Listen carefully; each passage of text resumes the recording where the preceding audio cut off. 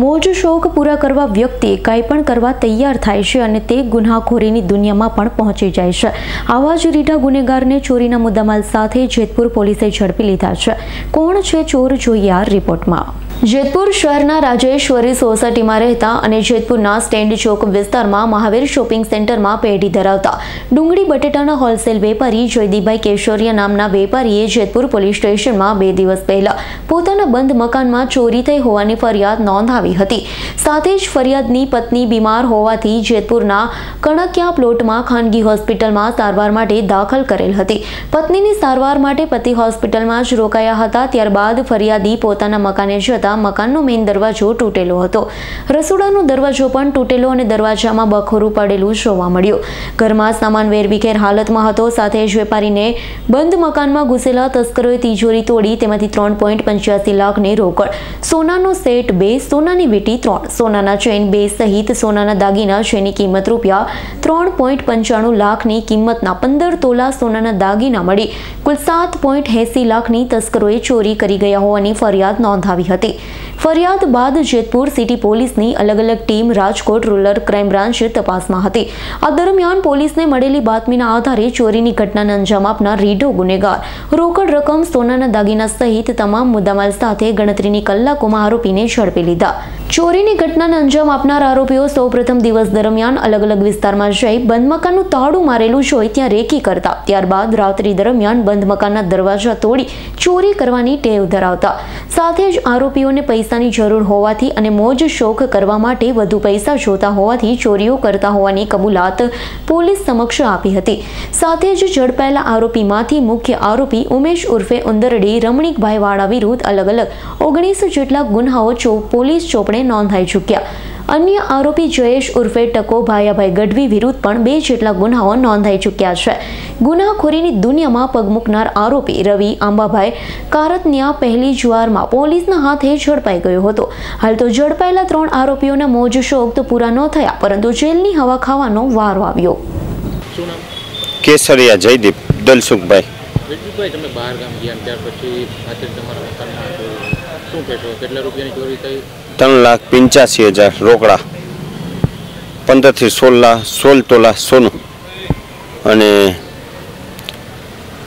12 વાગે હું હતો નહીં, ચોર ઠેકી અને દરવાજો તોડી અને અંદર ઘૂસી અને દાગીનાને રોકડ રકમ લઈ ગયા।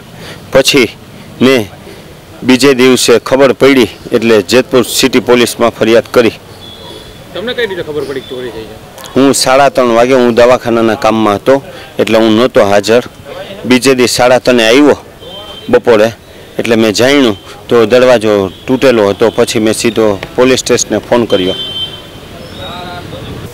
જેતપુર સિટીમાં એક ચોરીનો બનાવ હતો, કેટલા રૂપિયાની ચોરી થઈ હતી, કઈ જગ્યાએથી ચોરી થઈ હતી અને કયા શખ્સો દ્વારા ચોરીને અંજામ આપવામાં આવ્યો? જેતપુર સિટી વિસ્તારના શાંતિનગર એરિયામાં જે રાજેશ્વરી સોસાયટી છે તેમાંથી એક વેપારી છે લોહાણા, તેના ઘરમાંથી અમુક ઈસમો ઘર તોડી અને કુલ 7,80,000 જેવો મુદ્દામાલ ચોરી કરી ગયેલ, જેમાં સોનાના સેટ 2, સોનાની વીંટી 3 અને સોનાના ચેઇન 2 તેમ અને અન્ય નાના મોટા દાગીના થઈ અને કુલ 15 થી 16 તોલા સોનું અને બાકીના રોકડ 3,85,000 જેવું રોકડ થઈ અને કુલ 8 લાખ જેવો મુદ્દામાલ ચોરી કરીને લઈ ગયેલા હતા। જે અનુસંધાને જેતપુર સિટી પીઆઈ પરમાર અને તેમની ટીમને બાતમી મળતા તેઓએ આ બાબતે અલગ અલગ ટીમોની રચના કરેલ અને જિલ્લાના મહેરબાન ડીઆઈજી શ્રીએ પણ પોતાની એલસીબી ટીમને આ ગુનાની કડી ઉકેલવા માટે કામે લગાડેલ। જે અનુસંધાને જેતપુર સિટી પીઆઈના સ્ટાફને સૌપ્રથમ જે બાતમી મળેલ તેમાં એક રીઢો ગુનેગાર જે જેતપુર સિટીનો હોય તેને આ લોકોએ પકડી અને તેની પાસેથી મુદ્દામાલ રિકવર કરેલ અને અન્ય 2 આરોપીઓ જે નાસ્તા કરતા હતા એમને પણ એલસીબીએ પકડી અને આજે સોંપેલ છે।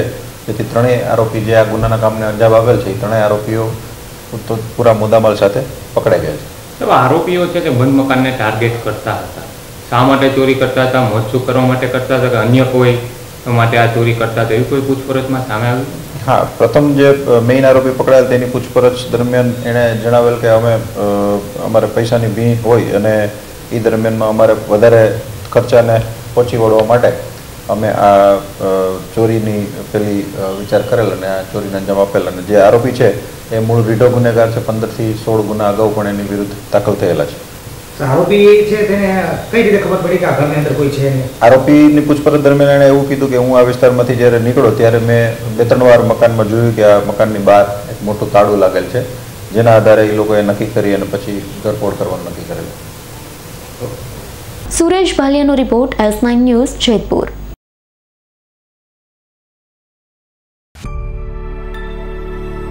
અમારી તમામ માહિતીથી અપડેટ રહેવા માટે જોડાયેલા રહો S9 ન્યૂઝ સાથે.